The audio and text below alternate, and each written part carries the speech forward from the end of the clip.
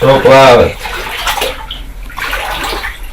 Василий Сиомаш үйін су басқанына бір аптадан артық уақыт өткенін айтады. Ал көшеде су ағатын арықтар болмаған соң жер астынан келетін су үйге жертөлеге толған, қайта-қайта аққан ағын судан үйдегі судың деңгейі азаймай отыр дейді. Оның үстіне қарлы қыс пен жаңбырлы көктемнің су толастамапты. Супруга сколько звонит. Су әлі келіп жатыр, мамыр айы аяқталды. Ал тасқынның алдын алу кезеңі бітті деп коммуналдық сала мамандары еш көмек көрсетпейді.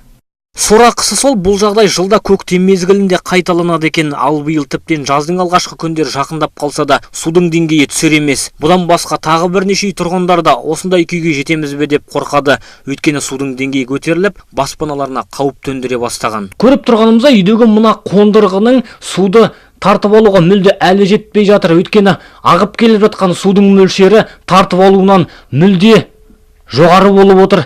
Ал тұрмыстық заттардың барлығы судың астында қалғаны қашан. Ал бұл мәселе жөнінде тиісті орындар жұмыстар жалғасып жатыр. Шағымданушылардың саны тым көп деп қана түсіндіре алды. Сөздеріне сенсек, сол аудандағы баспаналарда судың деңгейі жиі көтеріледі. Ол көшедегі баспаналардың суын бірнеше рет сорып алдық. Бұған дейін де шақыртулар болған соң әзірге ол үйлерге жетіп үлгермедік. Айтуларынша жұмыс үнемі жалғасып жатыр. Бұл мәселені де дереу шешеміз деп сендірді. Ал қалада жерасты суларының халықтың мазасын қашыруы бүгінгі күні өзекті мәселеге айналған.